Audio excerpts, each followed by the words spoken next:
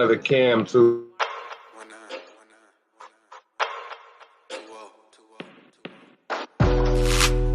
What's tonight, folks? If this team get beat, we in the final four. He's a poor man LeBron, bro, when it comes to trades. It's like, you guys look at, KD, what you go down 3 games is a quick sweep. Not cap if you want to. Cap if you want to. Cap if you want to. You know what's in me. When I said that they let James Harden do the same thing and let Kevin Durant do the same thing, and they're essentially letting James Harden do the same thing again. It'll cause a quick freeze. I said Kevin Durant should have took a 50-50 blame, and Westbrook should have took a 50-50 blame too. MJ fade away with the eyes closed.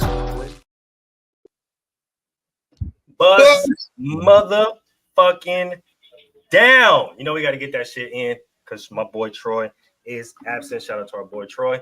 He is still with us, going to be watching in spirit as well while he heals up. But you already know your boys is back in town, and we got a guest.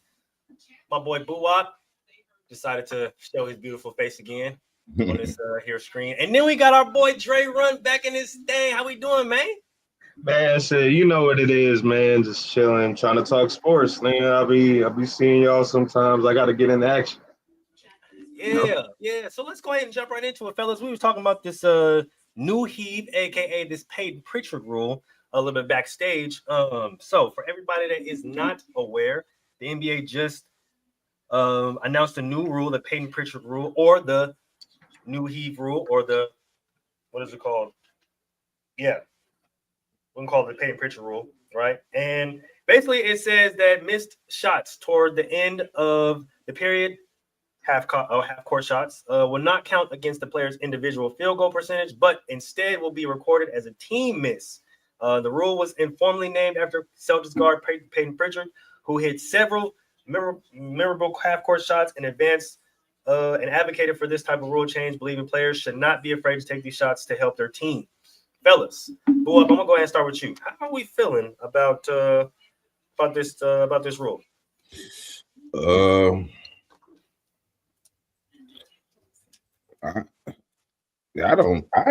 ain't got no problem with it personally. I mean, it's not like you're gonna see a whole lot of players just all of a sudden start shooting half-court shots at the end of the quarters, but I mean, I'm just tired of all these new rules and shit, I guess. Like, what's next? Like the 4-point play, the 4-point shot, like I think that's what it's kind of leading to. Like, if you opening this up, because from what I'm seeing, it seemed like the NBA is it's a business, right? Like they just trying to make the game more exciting and make the players, I guess, quote unquote, feel like, hey, you ain't gotta worry about your 3-point percentage going down and all that good shit if you take this shot. So I understand that. Jaro, how we feeling, man? I don't like it. I don't like it at all. I feel like you're constantly making it easier for the newer generation to feel comfortable doing what they do. You know what I'm saying? When the Kobe's and the T-Macs and the Vince Carters had to do it back in the day, even Steph up until now, like when these people did these miracle shots, they knew if I missed, that's going against my field goal, and they still took the shot. You know what I'm saying? So to take that part of it out, you're robbing history, is how I feel.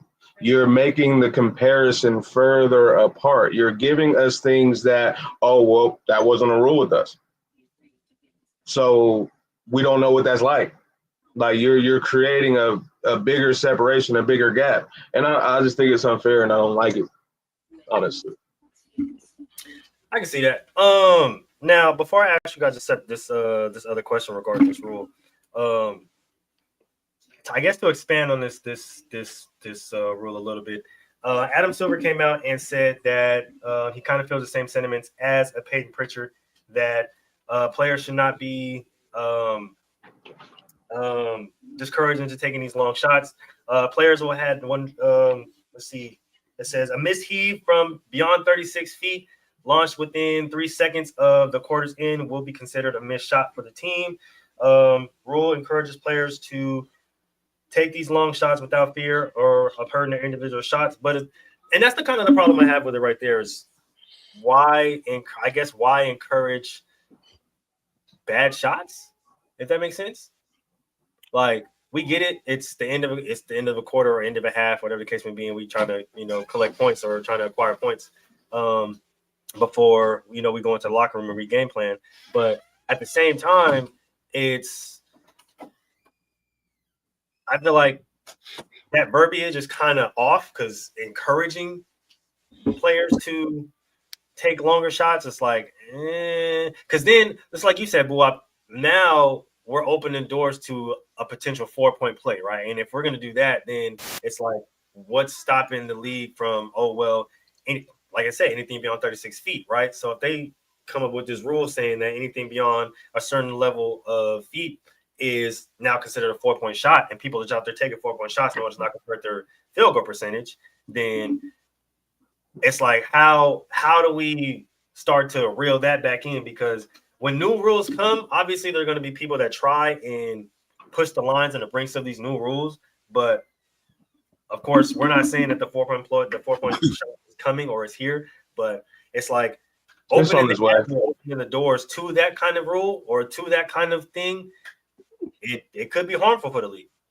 It's on its way. That's how I feel. I don't really know if it's going to be like harmful for the league. What it is going to be the people that watch the game growing up is the game is changing. And that's the one thing I can say about like all the major sports. I think basketball has changed the most through its existence. Like out of all the sports, because for the most part, baseball is roughly still the same sport, right? I mean, guys just hit farther. People love it. Mm-hmm. Exactly. And you know what I'm saying? But with the NBA, I guess we used to the 3-point shot now. The 3-point shot been around since the merger at this point. So I think most people that watch the game understands that. But even the 3-point shot did change the game because it definitely opened it up for guards more to accumulate more points. You know what I'm saying? Obviously, who's going to suffer from that? Big men, because they typically don't shoot threes. So now you get. But did they suffer? Yeah, they didn't suffer right away though. But today they are suffering. Just not shooting a three. Just they can't even, space the court enough at this point in time. Like a lot of centers is Andre Drummond. Andre Drummond in the 90s would have been a monster. A monster. They respected him at first. Very much so. The game was always changing on him. Like, yeah, he a great rebounder, but at the end of the day, he just offensively hurt your team. He not a great roller. You know what I mean? Like, he not a lob threat for real. So, like, he just, man, if he was in the 90s, though, they would have played through him. He would have got more touches, things of that nature. So I just think the big men are suffering because certain rules changes or new, the 3-point shot. I don't know how you call that, but I don't think that's a rule change. But obviously, we know the hand checking, how that changed the game a little bit today. You know what I'm saying? Like, these rules do have effect on the game and how we view it, because if I'm looking at a Kobe, to me, who played in the hardest era of basketball defensively in the 2000s, and people looking at, he only shot 46% one time. He, like, bro, like, what do y'all want this man to do? Nobody's shooting like Kobe is shooting 45%. That's my whole thing. Like, they hold ridiculous standards on players based off of, they don't even understand the rule changes. Like, all the young cats today just know that Kobe ain't quote unquote efficient as a LeBron or a Jordan. So we got to penalize him. And there's no context to that ever. But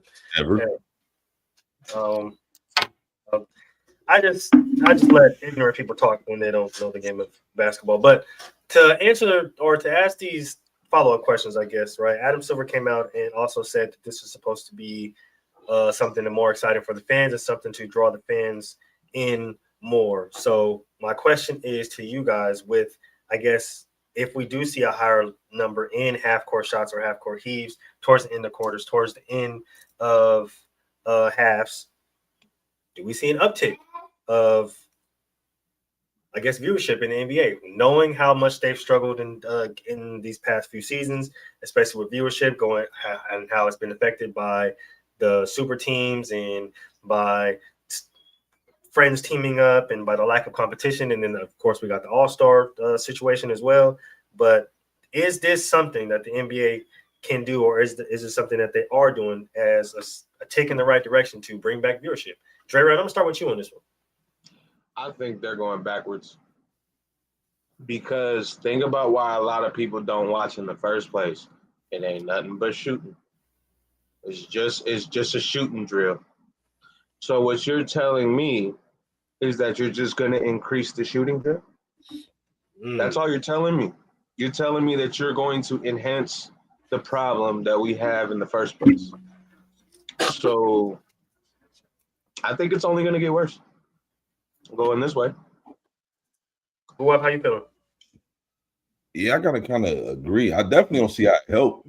If anything, I definitely don't see that. I mostly see it almost making, certain fans, obviously people in the, I would say 30 plus crew that's been watching basketball for a minute now, like that's kind of like a turn off a little bit. Like, oh, a guy can just shoot a 36-foot shot and it don't really count, like, but they do count if you make it. Like what the fuck is that? like yeah.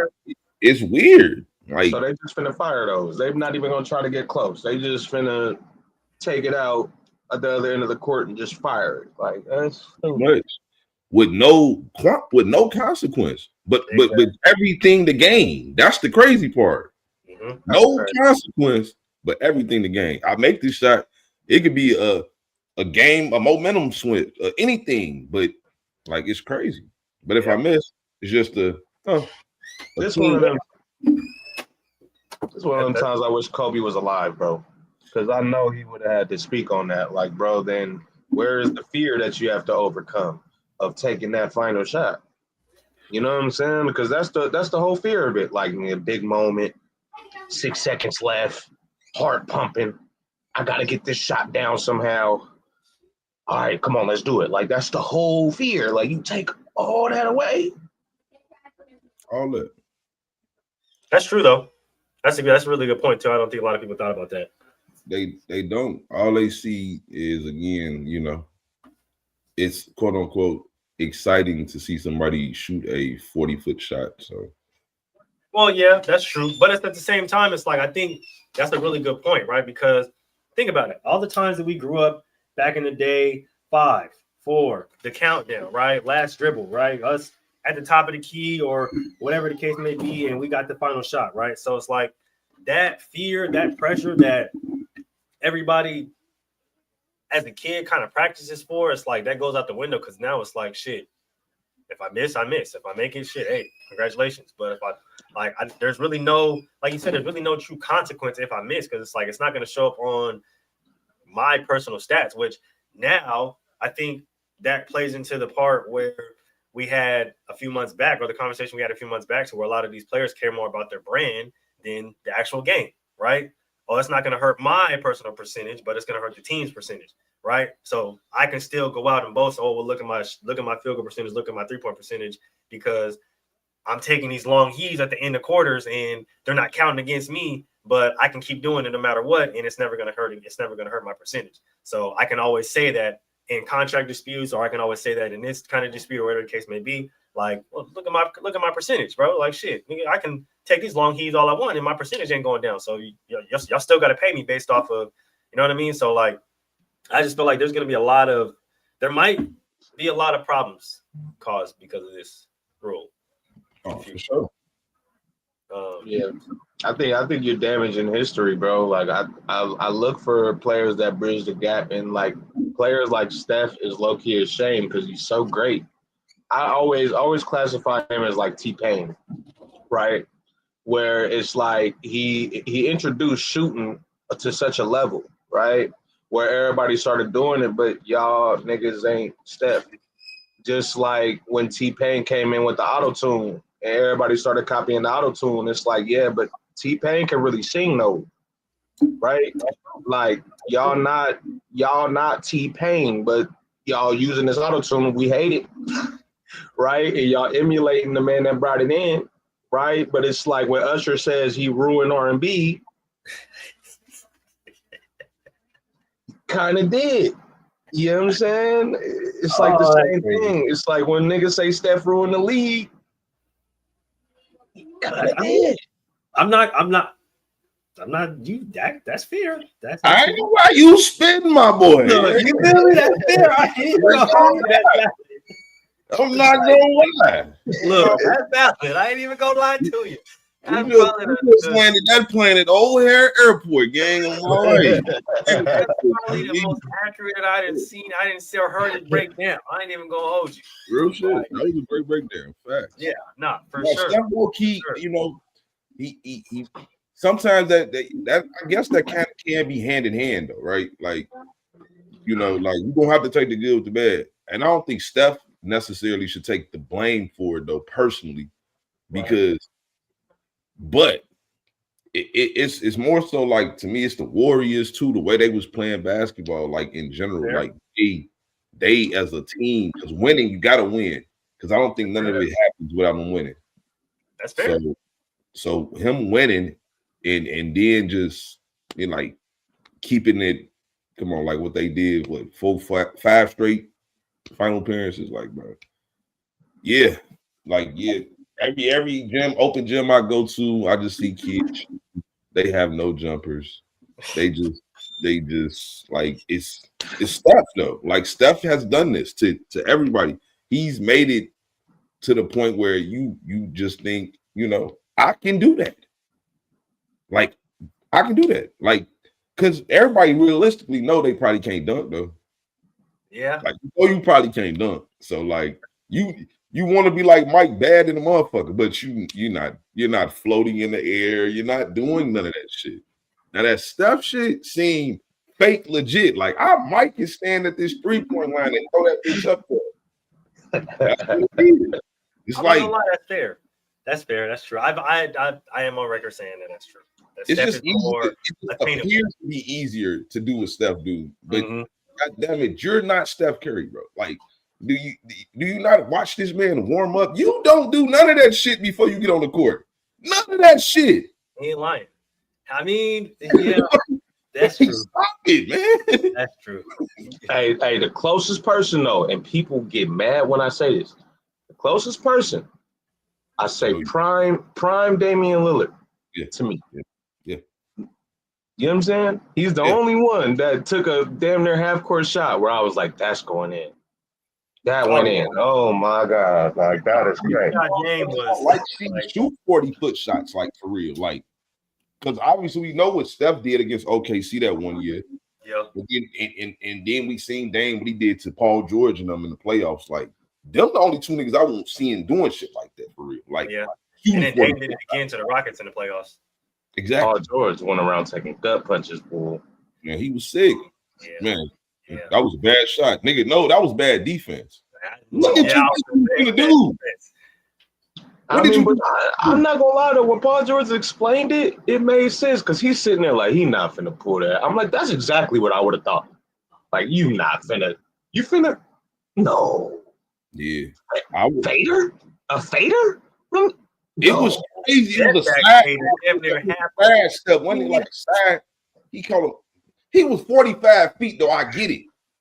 He about 45 feet back there. Like, I get your mind frame. Like, he gonna at least try to step back when he get about 37, 38. Nah, I ain't no way he finna right here. He just they just like this thing. Like, it made sense. Paul George's like, nigga, I'm right here. Nigga. There's 3 seconds left. You finna make your move here? No. No, there ain't no way. He should have tried to force Dame to pass the ball or some shit, bro. Ain't no just you know you I'm gonna let you take this shot. No. You know you gotta stop ball. Yeah, like he was just out there. He ain't reach at the ball. He ain't do nothing. He just standing there. Look, No, bro, you don't let no nigga like that, G. nigga, I've seen Dame hit some crazy shots, bro. If I'm Paul George, as soon as I seen the step back, my head would have said, that's a miss. I don't care. Before he hit that shot, as soon as I seen the step back, that's a miss. Yeah, no, he's not. He's not. He's missing. He's not missing. He's missing. There's no But way. then again, the only reason why I say the only reason why I agree with Boo Up in a sense because you understand us as hoopers, y'all understand walk ups and you understand the confidence a nigga have when he walk up like that. Like I didn't see Melo do it, I didn't see Kobe do it, I didn't see Iverson do it. Like I didn't just that different type of walk up to where it's like, oh yeah, I'm on your ass, boy. Because if I even give you room, I know you gonna bang that bitch. Nah, I can't even allow you to breathe right now just because the way your swag right now, the way you dribbling up the court, you kind of smart. Nah, bro. Nah. I got to get all up on you because your walk up is dangerous. And I know your walk, you just gonna step right into it. Nah, I can't allow that to happen. You got to I just can't allow that to happen. You got to think of the momentum too of that game. Yep. The way that game was flowing. I think OKC was up 10 or something in the fourth, something like that. And when you just gotta know, ain't no way you pose you feel me? No, ain't no way. Ain't no way you just let him. He just didn't do nothing. Yeah. Nothing like that. Ain't just literally. You something, hand up something. But I'm glad that y'all brought up Steph because that brings us into our next conversation with the Warriors and Jonathan Kuminga. They are apparently at a bit of a standoff right now. The Warriors, as of recently, offered Jonathan Kuminga a $75 million deal. He has again turned it down. Statements have come out from both parties. The owner and Joe Lacob saying or asking Jonathan Kuminga, do you even want to be here? And Jonathan Kuminga responding, do you even want me here? Jonathan Kuminga's camp has responded with an $85 million offer that they have put on the table, and that offer is currently pending through the Warriors front office. First question that I want to ask you guys, though, do we see any resolution to this anytime soon? Because we do have a notable suitor that has been very, very strong. Boo, I've dropped down and got his GED. He should be back in just a second. But we do have a notable suitor that has been very aggressive in the push for Jonathan Kuminga, and that is the Chicago Bulls. They are a team that has been looking on the rebuild, and they are obviously looking to go younger. Now, the question that I will be asking Dre Run until Boo Up comes back, and I will ask him the same question. Do we see a resolution to this anytime soon, or will we see Kuminga on the move?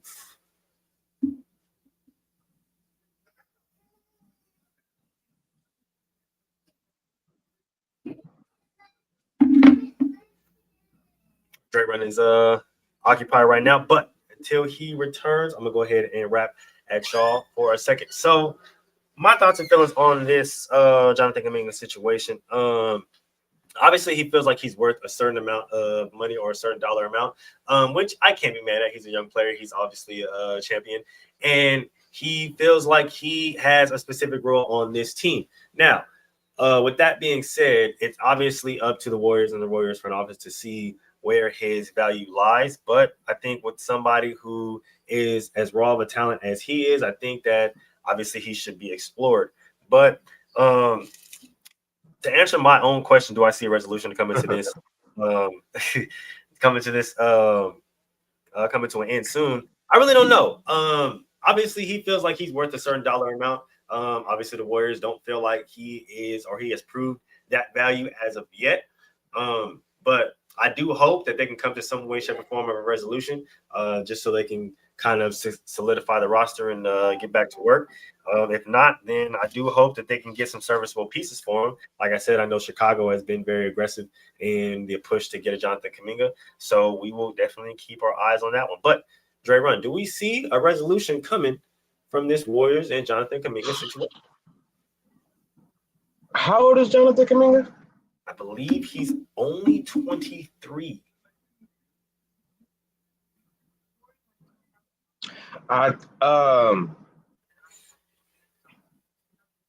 Realistically, probably not, and I think that's kind of sad, right? Correction, 22. He'll be 23 next month. Damn. See, I'm gonna say probably not, but I think it's sad because he's young. He's on a team, and he's been on a team with a superstar Steph. He was a key piece they needed in their last ring. So I think Kuminga is looking at it like, bro, I put in a certain amount of work. I should get paid X amount of dollars, right? And I think the Warriors are kind of looking at him like, look, bro, take this 75. If they approve the 85, then this 85, right? Your time will come. You know what I'm saying? Steph ain't gonna be playing forever. True. And we gonna need a some kind of energizer bunny. So I don't know if that's their thought, but in my head, I feel like that's the pitch. Like, bro, calm down right now. We not giving you 100, bro. You know what I mean? Like, we're not giving you 100, but take this 75, which ain't bad for a 22-year-old that's on a team with a fucking Steph and right now with Jimmy Butler. Yeah. Fair. Right? Good. Yeah, that's true. That's true. Now, next question. If he just so happens to be on the move, and the Bulls are known to be a notable suitor, and the Bulls do scoop him up, what does that do for a young Bulls team?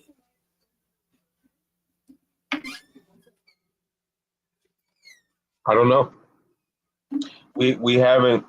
We've seen Kuminga play a decent role. I don't think we've seen him play that kind of role, if I'm being honest. Right? Yet. Like, we've seen him dominate some games here and there. We don't know if he can make that a steady thing. Right? So he could add something to them, or he could end up being the same he was on Golden State, which is that tool piece in our toolbox when we need you for real. Who's it going to be? You have no idea. You know what I mean? That's true. So that's my thing. I can't really – it's hard to answer that the way it's set up. But that's the good-ass point, though, because I think that's why the Warriors and Jonathan Kuminga are at such an impasse, because he is, like I say, he's such a raw talent, and there's a lot of things that he can do, but at the same time, there's a lot of things that he doesn't do very well that they can improve on. And I think that's where they're kind of at. And I think they want him to be a different player, but at the same time, kind of expound on his skills. But I think that fares into the point that you just made, that the Bulls and the league doesn't really know exactly what he is. And he has no true title in the league as of just yet. So I think that is kind of where the jury's at, or the Warriors are at right now with him and his situation, and just trying to see what exactly does he do great other than score, and what can we expound on to get him up to par, and to get him up to par as far as the player that he is. I'm gonna be honest with you. When I watch Jonathan Kuminga, which hasn't been a lot, I'll be real, but when I was putting my eyes on Jonathan Kuminga, I see somebody who can be faster than you, probably stronger than you at his size. Mm-hmm. You know what I'm saying? I don't know him for defense. You know what I'm saying? Fair assessment. Yeah, like if somebody knows about his defensive attributes, they could expound upon that, but I haven't seen it, right? So somebody at his size that could be as dominant as, if I'm looking for him to improve, I'm probably looking for better defense, and consistent shooting. You know what I'm saying? Like, he's a presence on the inside when I see him. It's like when he's in there, bro, if you're not a center or a big power forward, he probably gonna get you. You know what I mean? Yeah. That's how I see him. nowadays I feel like that's like a one-dimensional skill, unfortunately. You know what I mean? Like, look what we do to Russ. And it ain't like Russ can't still get up there. True. We see him struggling with the shot, and then we start seeing him missing the mid-range. We like, oh, you missing this. Like, you know what I mean? Because when you shooting, that's the best part of your shot game. Yeah. You know what I mean? So as soon as that happens, come on, Papa. As soon as that happens, then it's like it's really a wrap. You know what I mean? So I think that he needs to be more add more to his game that's a little more dynamic. You know what I mean? For this day and age. That makes sense. I think, and honestly, that's like I said, that's a fair assessment because when you looked at Jonathan Kuminga, I think that was the biggest problem going into last season. That's what Steve Kerr and I think Mike Dunleavy really wanted to see was him expound more on his defense and his rebounding, but him kind of focusing more on his scoring and not being more receptive to that role, I guess hurt him in the long run. Turn Moses Moody into that more of that wing kind of scorer, and Brandon Podemski into that more of that facilitator and in the backcourt. So if they can get the boards and expound more on his defense while being that kind of inside scorer, and like you said, expounding on his shot, then I think they can have something. Young players, but. Yeah, and I think he needs to be more of a presence too, man. Think about people who negotiate bigger deals, man. Like there are people that are like, oh, John Morant. It's like there's when you say John Morant, there's no type of let me think.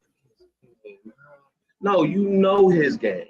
Yeah. Right? Like you know who he is, bro. He's box office. It's like Kuminga's not there, right? It's like bring somebody else that Devin Booker.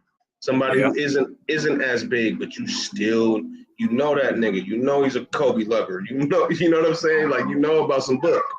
I would say like if I'm going to somebody like in that same age range or like as a Jai or as a Kuminga, I'm saying like maybe like a Paolo, right?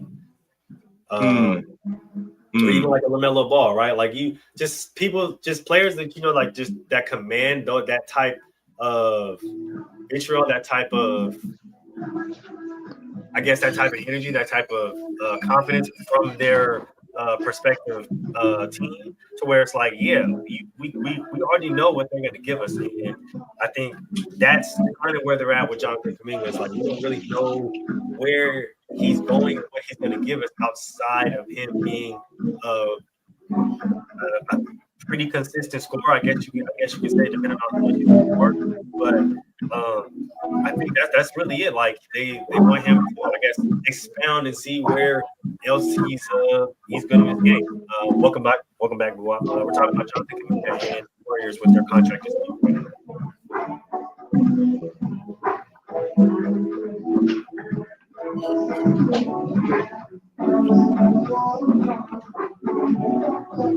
It look like he's trying to get it right. Yeah, he's trying to work out his technical difficulties and stuff like that. But while I mean, I wish Kuminga the best though. Like Kuminga, he's a good player, man. It's unfortunate in the league because you got to go about things a certain way, right? Like it almost seems like if you don't got an agent that's like that knows exactly where to put you, like, hey, bro, I need you to go in this room and say this exactly like this, right? It's like if they ain't got that type of dude, it's like they don't catch the right traction with the people. You know what I'm saying? Like, so I don't know. I'm not speaking on his representation or nothing like that, but it's like you either got to have the representation to do it or you got to be marketable, bro. You can't be represented well if you're not marketable. And if you are marketable and you're not catching, then something needs to be fixed. You know what I mean? I think that's fair.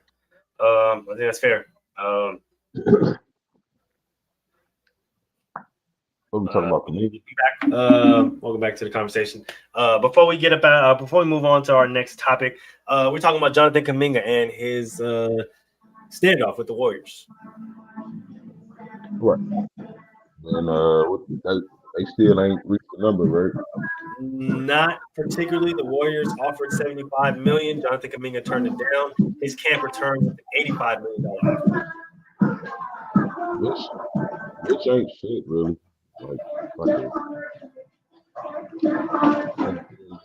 That's slight.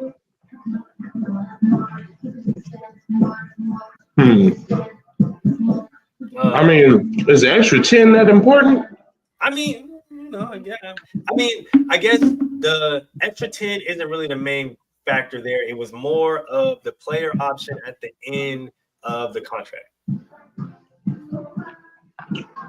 I guess that was really the big factor there, as far as the is whether the Warriors want to actually give him a player option or not. But I did want to ask you this question, Buwa, because this team has been rather in their pursuit of Jonathan Kuminga.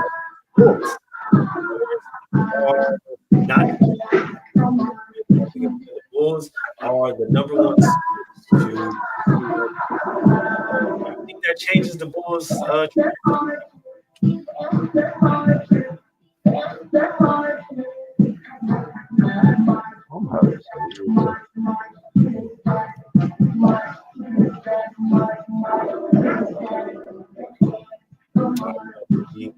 Right back. So while he's away, I have a resume on the screen. He had joined us on the panel. So Dre Rudd. Okay, I'm not having technical difficulties. Whose background is they going crazy? That's me. Oh my! I'm like, is my headphones connected somewhere else? I'm hearing music and shit. Like, I'm not. Oh man, it's been a long day. I'm tripping. Like, I'm low key. Like, what, bro? I'm having a whole freak out over here, bro. Freaking out, bro. Like, this shit's scary, bro. Like, is this my bitch? Am I talking to my bitch? I caught her lying. She at the club. No. Sidetrack. That Kuminga shit messy, bro. Like, I don't know what they gonna do about that, bro. Honestly, Shorty to be tweaking over 10 million is weird. Like,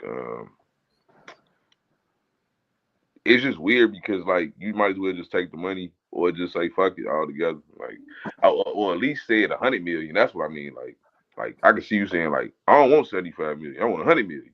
Like, 85 million is kind of weird. It's like you just trying to see whatever if you can get a list something out there. It's like, I don't know, bro. That shit's weird to me. And the player option too. And I don't like Kuminga's game. Like, I really don't, because I don't know what the fuck it is yet. That's my problem with it. Like, I don't know what it is. Could that be opportunity?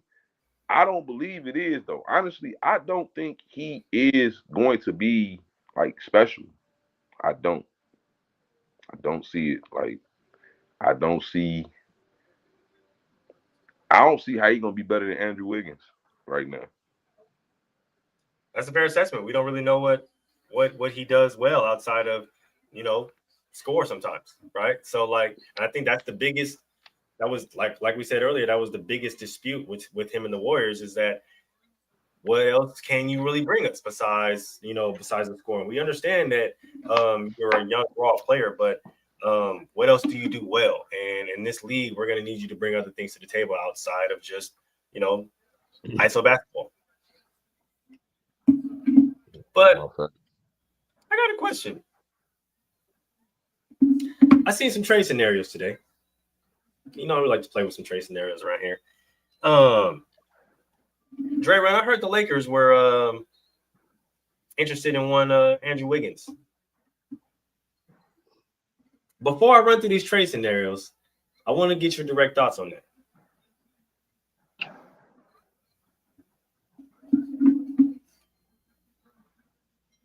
How old is Andrew Wiggins? 28.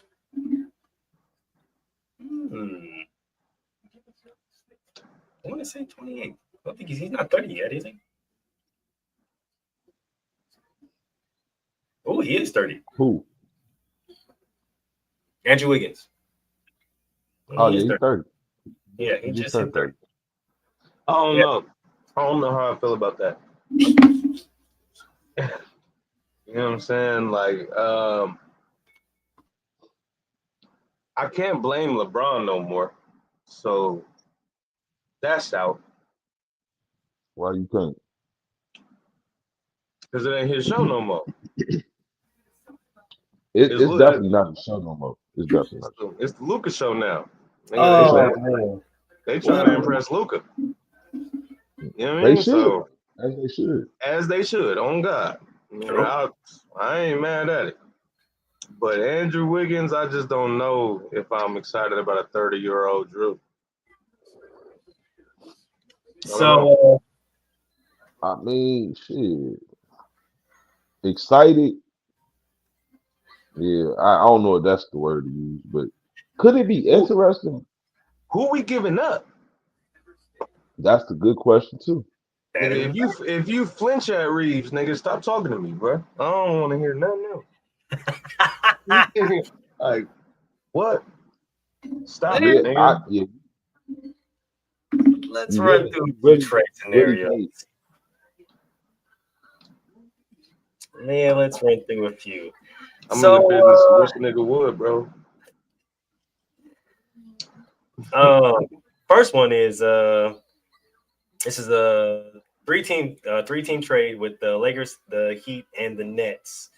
The Lakers would get Andrew Wiggins, Jaime Jaquez Jr., and Drew Timme from the Nets.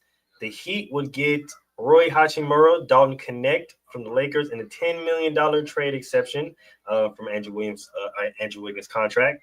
And the Nets would get Maxi Kleber, 26 protected Brooklyn second rounder from the Heat, and $4.6 million from the Nets, and $2 million from the Lakers. No, I don't like it at all. I don't want to lose Dalton Connect. Nope. Good. Rui. Nope. Good. For Andrew Wiggins, I might do it. What? For Andrew Wiggins, I might do it. You gonna give up a young Dalton Connect? What is he? Y'all, I mean, listen, y'all. A lot of our fans all about winning titles, man. If you can win a title, that's they'll forgive y'all for giving up Dalton Connect, man. I ain't worried about that, nigga. We could have Dalton Connect fucking 8 years from now, nigga. 12 years from now. Dalton Connect came in busting heads, and then they put him on the bench. Like, yeah, we just gonna stick you to the side. We seen you out here busting heads, but let us sit you down and let you collect some rest real quick. It's like, come on, bro. We know what they doing with him. You're a protected asset. This La La Land. He don't fit what they trying to do right now, which is win now. They in win now mode. He's supposed to be Luka's understudy, bro. He is supposed to be Luka's understudy, bro. Come on. I get that. But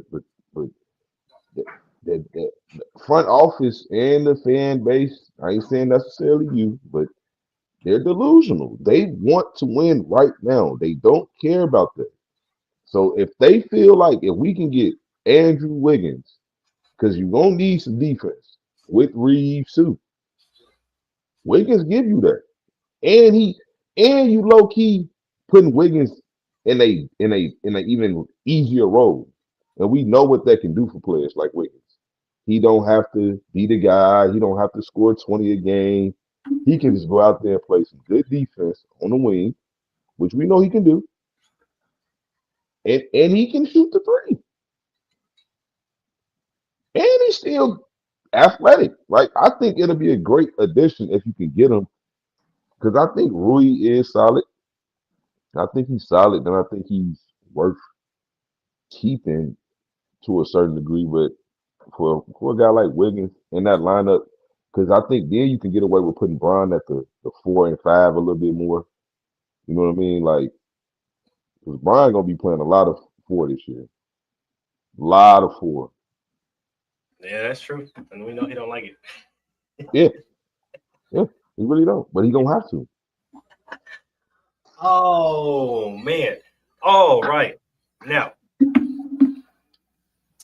before we get to this Kawhi Leonard situation and the updates on that, some basketball heads feel like Dennis Schroeder is a bona fide Hall of Famer. Or what? Yep. On what grounds? On what grounds? Most recent reports have come out and said that due to Schroeder's overseas, he will be considered a Naismith basketball player.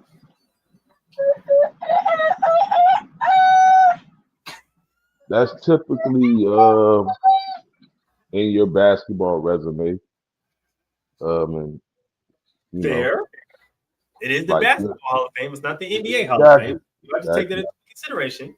exactly. So I guess because but I'm still trying to figure out what he done really done overseas though. Because he play for Germany. He does play for Germany, and they did just win I think another EuroLeague championship. Okay. I forget that EuroLeague shit too. You know what I'm saying? I'm thinking of the international play strictly. Hey, it's the basketball Hall of Fame, baby. You know, I can't really say that's not important and whatever. I'm not gonna say he a Hall of Famer though. Like I'm not when I'm talking about Hall of Famers, he's gonna be I'm gonna forget every time that he's in the Hall of Fame. I promise you. Yeah. 2023 Like FIBA every World time. Cup MVP, 2025 FIBA Eurobasket MVP, and then other international awards and stuff like that. But there's a lot of people that are trying to make a really strong case for Schroeder, saying that yes, he doesn't have a really strong resume in the National Basketball Association, but because of his success overseas and because it is the Naismith Basketball Hall of Fame, then he does deserve a nod in the Hall of Fame, which I do understand the argument, but no. I just don't I don't see think it. I'm going that far as to say that's to put him in the Hall of Fame. I mean, I get why. Don't get me wrong. I understand. But nah, for me personally, I don't think just his overseas success would qualify him as a Hall of Famer, even basketball wise. I'm gonna say this then. If he get in the Hall of Fame, Derrick Rose got to go to the Hall of Fame, bro. I'm serious, bro. I'm dead ass, bro. I'm not playing. Yeah, that's fair.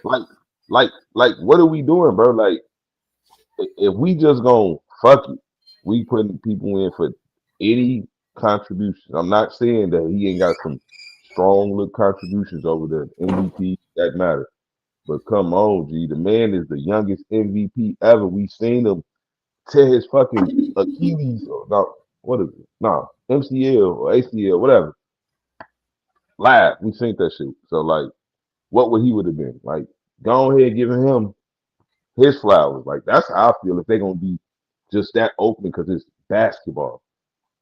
Like what he did for basketball in that short span of time was to me Hall of Fame worthy. I think that's fair. That's a fair assessment, honestly. Shoot, I think that you can't tell. I think when it comes to the Hall of Fame, if you can't tell a story of basketball without this person, then they deserve to be in the Hall of Fame. And I don't think there's a scenario in which you can tell a story of basketball without somebody like Derrick Rose. Yeah, come on. The youngest MVP ever did that shit while Bron, D Wade, Kobe, all type of all-time greats was in the league. Like, nah. He got that gotta matter then. That's what I'm saying. Like, if Dennis Schroeder get in the Hall of Fame, like, and it's no disrespect to him, it's just what we doing with Derrick Rose. Man. Come on, like, career youngest MVP ever, bro. Like, I'm gonna keep it real.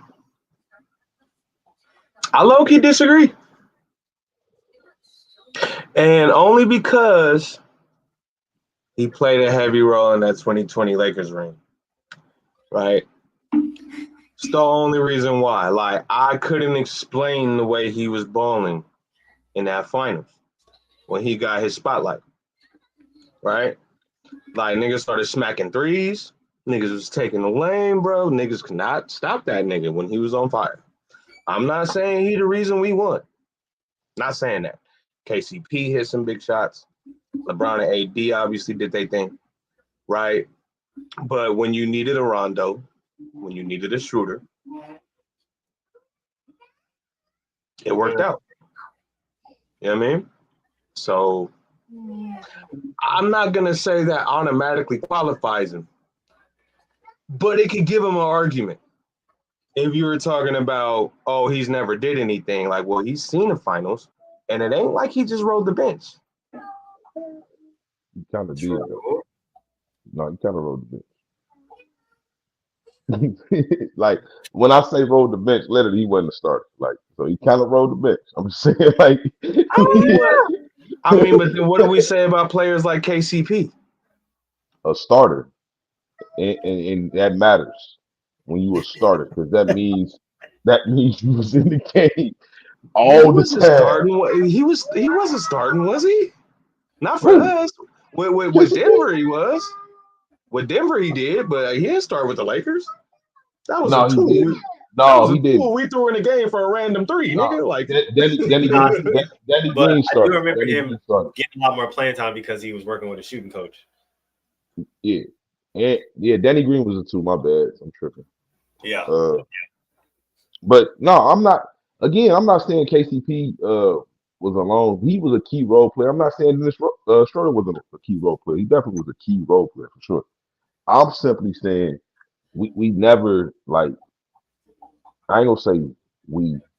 Obviously, the Basketball Hall of Fame does reward role players. Like, it's a gang of role players in the NBA Hall of Fame right now. So, I mean, not NBA, but Basketball Hall of Fame.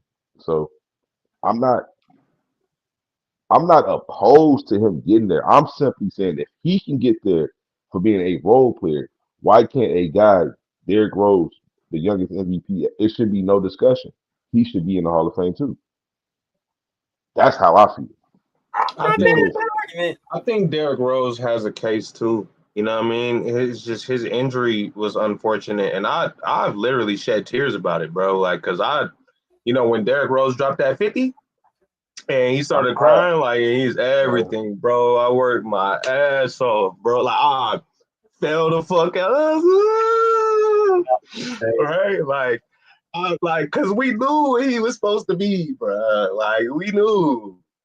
It's like, yeah. And people, what I don't like about this era of basketball is that, and it's kind of like contradicting. Obviously, we have a podcast, we have voices, and we say what we want to, and everybody got the right to say it. But I just don't like the negative shit that comes around Derrick Rose. Like, every time you bring him up, first thing they say, oh, his MVP wasn't legit. Like, I hate that. Like, why wasn't it legit? I ain't gonna lie, I don't think niggas understand the impact of that season from Rose, bro. I watched him block Kobe for the game winner. Yeah. Like, and then beat LeBron, and then beat, like, everybody around the league, bro, was afraid of Derrick Rose that year. And he got hurt in the playoffs. That he was coming, bro. Yeah, he was disgusting. He was disgusting. It's like he was like he that type of player, even though, like, in his high school years, he was known to talk shit though. In his high school years. True. But, like, when he got to the league though, he was a quiet assassin. Those players are you don't really like fucking with them dudes. You can't rattle them. They always aggressive and shit. Like, or a guy like Tim Duncan ain't really like that, but he a quiet assassin. We know that. He gonna bust your ass. Ain't gonna talk to you. He gonna joke with you. But Derrick Rose is that silent killer. Don't talk. don't really show emotions. It's he was scary, bro. And I seen like when I was watching, niggas didn't want to guard dude. He was Yeah, embarrassing people. it was different. It was different. That first step was legendary. Like that first step off the dribble. Oh my goodness gracious, otherworldly. bro. And His then other everybody that does accept the challenge, like the Kobe's and the Paul Georges and all that, Derrick Rose got mixtapes on all them niggas, bro. Mm-hmm. I love Kobe. He got a mixtape on my nigga, bro. Tanks.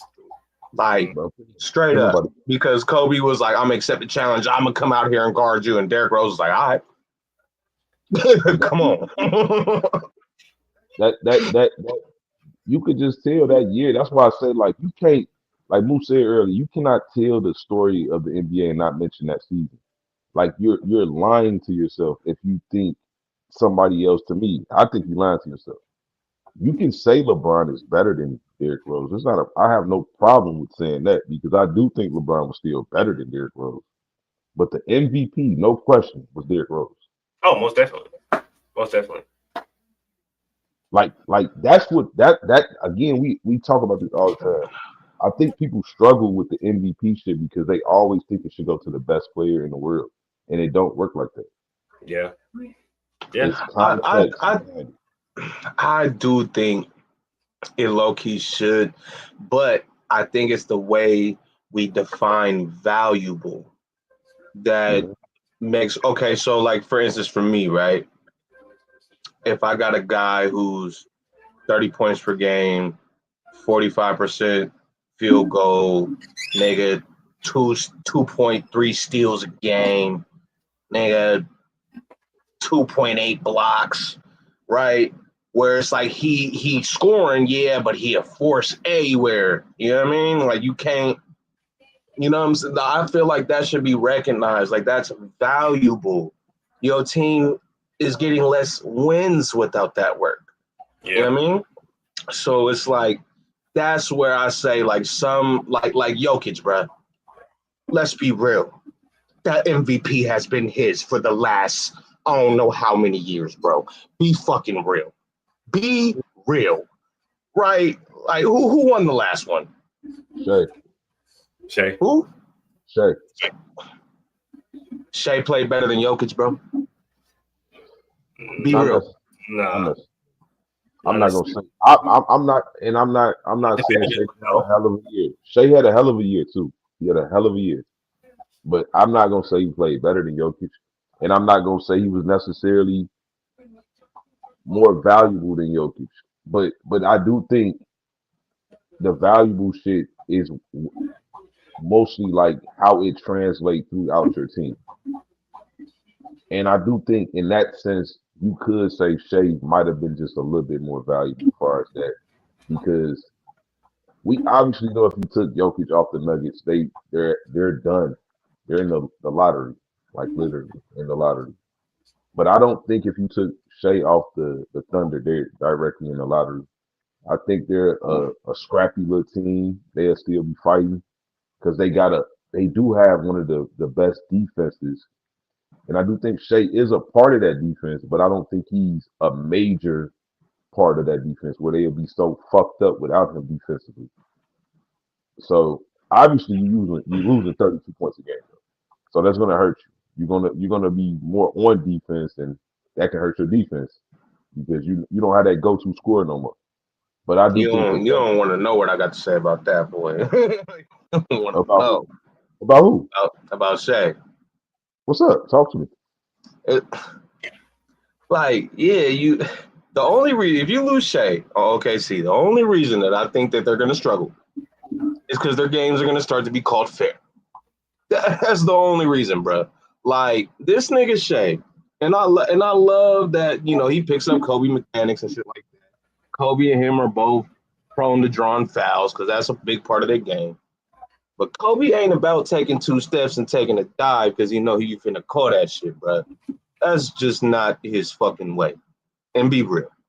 You know what I'm saying? It's like when that nigga Shea can't score, he turns into 2 steps and foul. Like, you know what I'm saying? And I can't fucking stand that shit because they're like, Kobe did the same thing. Nah, Kobe hit the dribble post, pump fake, got you in the air, nigga. Hit the shot, nigga, and foul.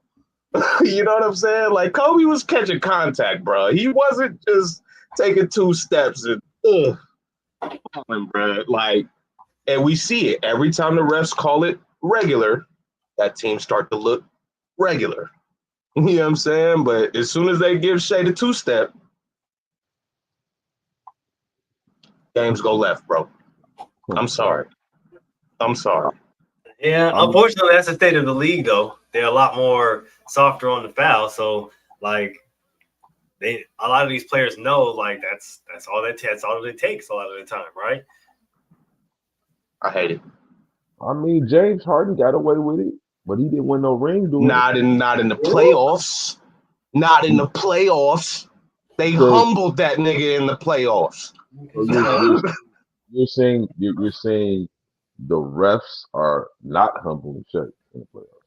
No, and the only reason it makes me mad is because I'm not mad he get the whistle, but nigga, make that whistle fair. If it's him versus Jokic, they both deserve that whistle, bro.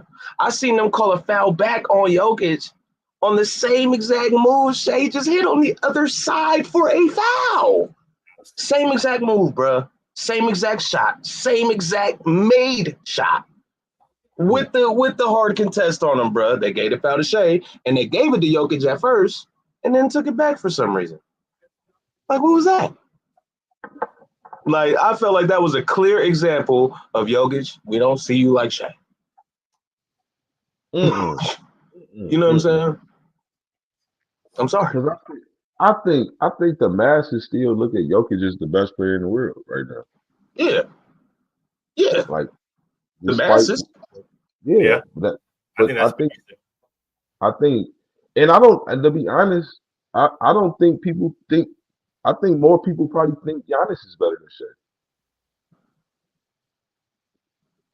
I don't think the argument would be as strong as Jokic's argument because Jokic just been like, I don't think it's fair to say like you have to have some type of fall off for me to say like, yeah, okay, this is why I'm saying Shea better. Like you done had a fall off, and it ain't got to even be a significant one to be honest. Like you just need to be enough where I can say like, yeah, you done fell off from who you were. And even then, that kind of be unfair because it could just be a down year and you might bounce back next year. Like until I see like 2 years of significance fall offs, you know what I'm saying? Like then I can be like, yeah, you know, maybe it's not your league anymore. Right now, I don't see how you can say it's Jokic's league. It's Jokic's league right now. The last 3 years, he's been the best player in the world, like easily. I'd say even longer than that, bro. It's like the nigga's been a different kind of stat stuffer, and I'm not even mad at the stats he get. It ain't even like, you know, he's just hunting rebounds, nigga. He's 7 feet. Give me that. You know what I'm saying? And we down the court with it. It's like I don't get the vibe. Like you could tell Jokic scores when he feels like he have to, bro. Every time he drop 45, 50, it damn near don't go good for the team. That's true. Man, Jokic is better when he's dropping 28, 12, and 15. To be honest, in the perfect world, the number one scoring option on that team should have always been Jamal Murray. In a perfect world, if Shorty would have ever just, he another guy that disappoints me a lot too. Like I got to put my list together though. I know Paul George is number one on my number one like top 10 fraud list ever. Like Paul George is a fraud. I promise y'all, the man's a fraud. And it disgusts me when people talk about this dude too. Like it really do. Like, oh, he just got all the skills in the world. They ain't doing shit with him. But anyway, it is sad. I'll give you that. It's ridiculous, bro. Like he is one of the most skilled players ever. Like ever. I think he ain't never been the same since he broke his leg, bro. Shit, can't say that though. He had one of his best years after that. Yeah, but he's just inconsistent, bro. He's just inconsistent, bro. He definitely folds in the playoffs. Think about before he broke that leg though. Paul George was somebody's problem every year. You know what I'm saying? Like until he ran into LeBron, obviously, right? He was somebody's problem every year. You know what I mean? And him and who was the nigga on his team with the Pacers? It started with him and Danny Granger, and then they were Yeah, George. yeah. Hill, See, Roy but I think him and Granger, because Granger was the better shooter, if I'm not mistaken, right? Yeah, when they first started, because Paul George was like he just was brought in to be like a 3-and-D type of player or whatever. Like he wasn't really brought in to be what he became. But then we found out that nigga defense was up there. That nigga was explosive, nigga. He was good above the rim. He's a great shooter, nigga. Like with the Pacers, that nigga was when he went and broke his leg. Yeah, he came back with OKC and Russ and them. He even had a good playoff run. Russ kind of fucked him up that year. You know what I'm saying? Nah. No, he didn't. Nigga, No, he didn't. Against Utah, brother, no, he didn't. No, he with didn't. OKC. The first year they played Utah. That's a rookie Donovan Mitchell got up in their ass. Pause. But it was Russ that spoiled the niggas, bro. It was Paul George that spoiled the niggas. Russ was the leading scorer, assist, rebounder. Paul George is disappointing. I could have swore didn't he have a series that year putting up 28 a game? Am I tripping? That was against Portland. I think he put up 28. Nigga had like 3-4 point plays in like 2 games or some shit. Like nigga was cooking. Yeah, I remember that. He was ass against Utah. I'm telling you, like then that game 6, I think it was game 6 in Utah when Russ shot like 50 shots. Melo and Paul George both combined for like 22 points. Like them niggas was ass. They was ass. Like that's just what it was. I ain't gonna lie. I ain't saying Russ. I ain't never think Russ and Paul George was a great pairing anyway. Like it's just to me when you look at. I was sad when KD left. That was terrible. Yeah, I wasn't though. I was. That shit was terrible. I was tired of all the narratives anyway. Like at the end of the day, Russ couldn't win with KD, and he couldn't win without him. Like I'm just talking about like. I don't agree. Russ was fucking Steph up before they came back on him, bruh. Russ was giving Steph the business, nigga. Like Russ gave Kawhi the business. Steph couldn't hold that man. Russ gave Kawhi that business that year. That's true. He was fucking their ass up because Greg Popovich said, like, if people don't even talk about this shit, like, he put Kawhi on Russ. He said, you got to cut the head off the snake. Russ the head. But Russ was fucking Kawhi ass up, too. Well, you got to remember how explosive Russ was before the meniscus injury. And he did multiple knee surgeries, right? But he had already had the meniscus injury. He just still had that explosiveness because he was still young or whatever. Like that's one thing we got to just give Russ his flowers. He's one of the most durable athletes we've ever seen. Bounce back from shit like that, like it was nothing. And when I say the meniscus injury, I'm talking about the Patrick Beverley situation to where he was out for the remainder of the season. He had to get, I think, 2 knee surgeries prior to returning. That was 2014. Yep. And I'm talking about 26. No, he was still good for a while after that. He was still very good. He was that injury never left him though. Yeah, exactly. Like I just looking at that and then following that, right, to where it feels like now he takes a step back, but then in 2016 he goes absolutely crazy, right? To kind of prove like, I'm still like that. And even now, I still feel like Russ is still like that. I don't never take anything away from Russ. It's just I feel like ball out overseas. Watch. Oh yeah, he's game numbers over there. He's finna destroy over there. Oh my gosh, that's actually going to be unfair. Yeah, like that's actually to be unfair.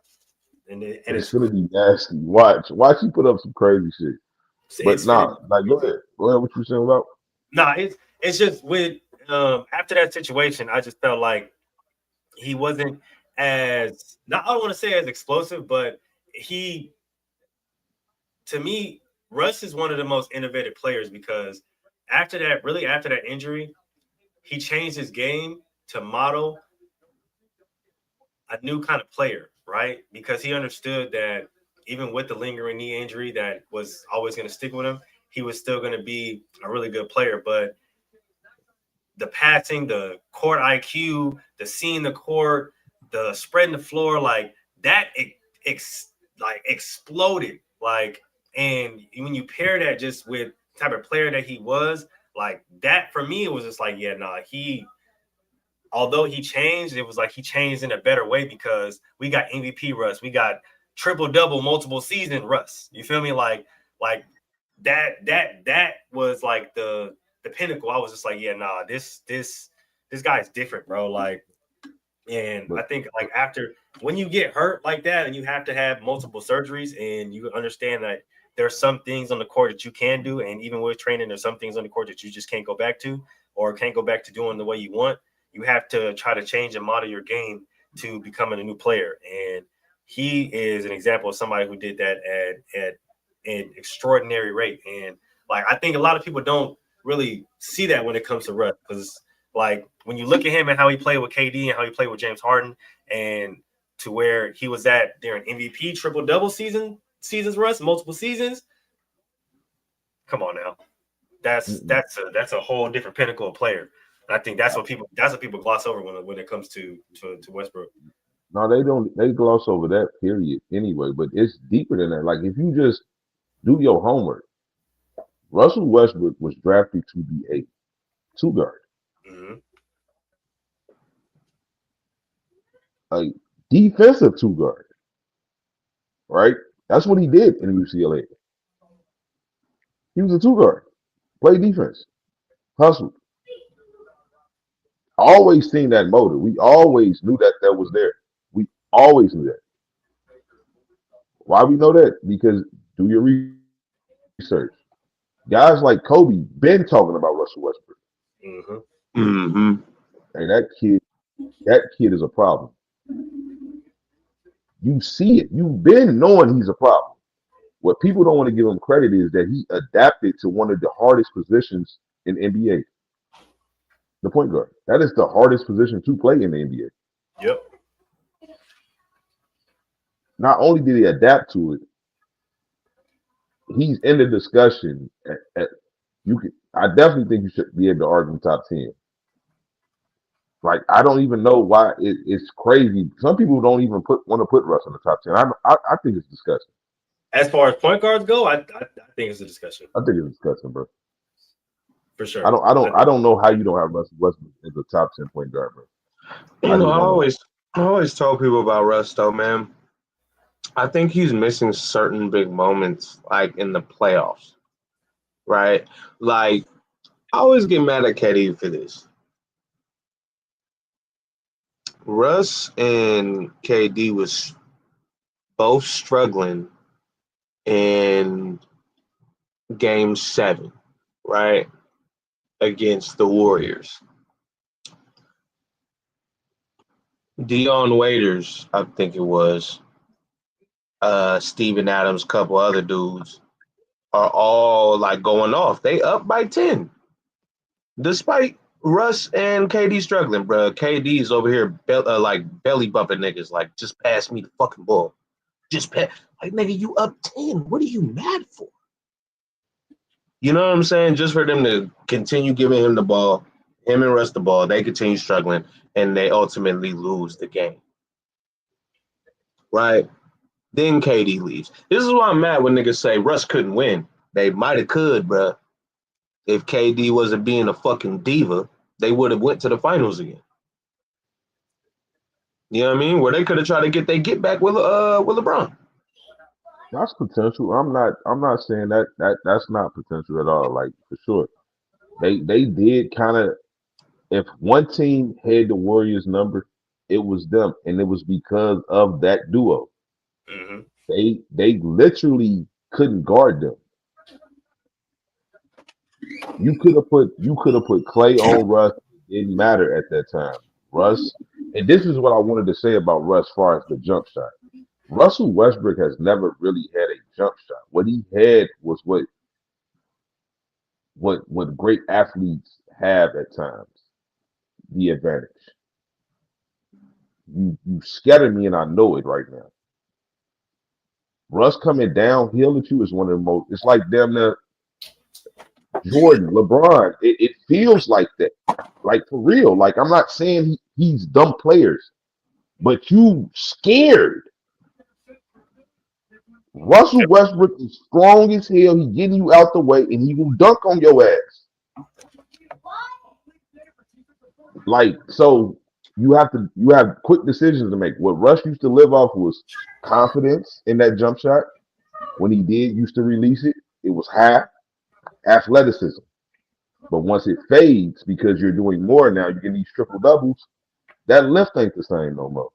That arc ain't the same no more. You're tired in the fourth quarters. Yeah. So that's what really happened to Russ. When I look at that jump shot, I think the elevation wasn't there no more. I think the stop on a dime wasn't there no more. The decisiveness wasn't there no more because he knows he don't have that jumper for real. What he knew was that he had your ass scared before. Like all hoopers know. When you're a hooper, you know, I got you. Yeah. So he had that for many years, and it really left him, to me, honestly, once he got to LA. That's when you seen him never be the same again.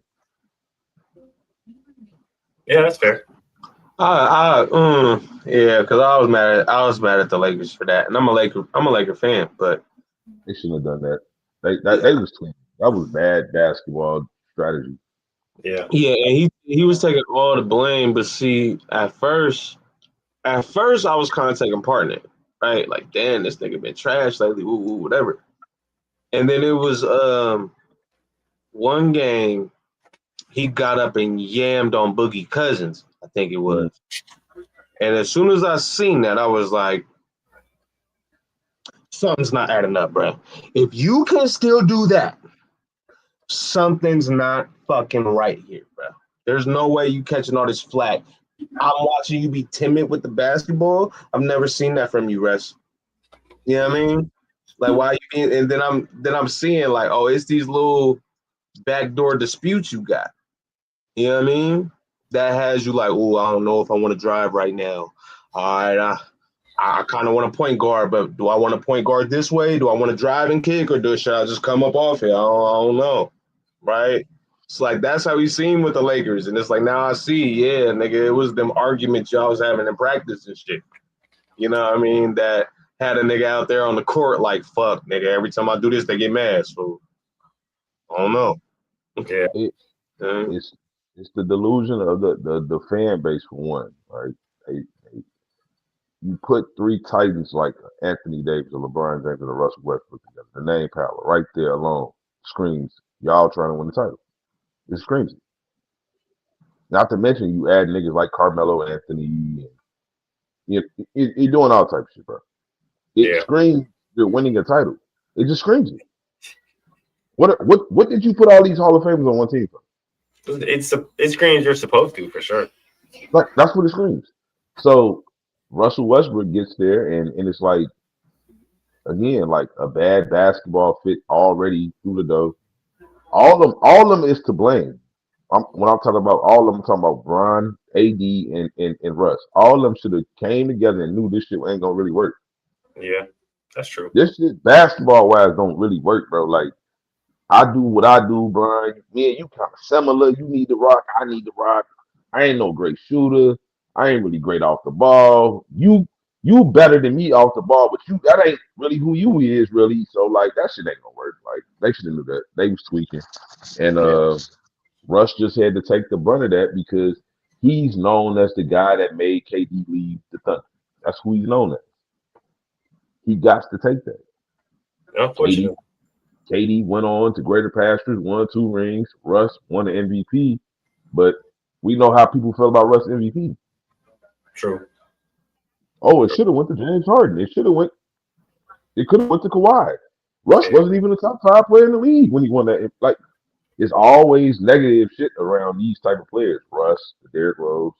We don't appreciate what they did for the game, but hey, Steve Nash deserved both of his MVPs. Let some people tell it. Yeah, that's what they'll tell you. But hey, man, it's great how we can have basketball conversations that turn into other conversations. But y'all know what it is. Before we get up out of here, let's go ahead and get these final thoughts in, starting with our guest, Dre Run. What you got for us? Shit, man.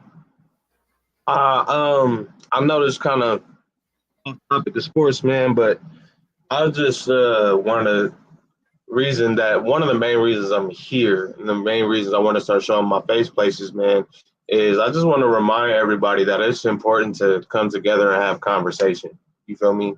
I think we should all be able to be human beings and discuss our country and discuss what's going on around us, bro, without having to feel like it's unsafe to show up in public places and express your view. You know what I mean? So I just wanted to push that and just say that, bro, like, as an American citizen, like, we all American citizens, you feel me? I think it's important to know what's going on in your country, bro, and discuss these things with your fellow peers. You know what I mean? No matter what side of the aisle you on, you feel me? Like, I feel like it's important to have debate and to have disagreements and to talk to motherfuckers about how you feel about things, whether it's sports, politics, nigga, food, whatever. Nigga, like, you know what I mean? But I think conversation with the country is important. You know what I mean? Definitely. Well, definitely. What you got for us? Nah, I was dope, boy. We appreciate you popping through. More than welcome. And you already know, Moo. I'll see y'all Monday. Yes, sir. Yes, sir. I already know. Appreciate everybody for tuning in. Appreciate everybody for watching. Make sure you guys keep liking and commenting. We're going to keep bringing out this dope-ass content. Tune in to Gentlemen's Talk on Wednesday and then Inside the Huddle, the best damn football show on the internet, period. Coming back to y'all on Friday. We doubling back. Make sure you guys tune in, and we going to see y'all then. Peace.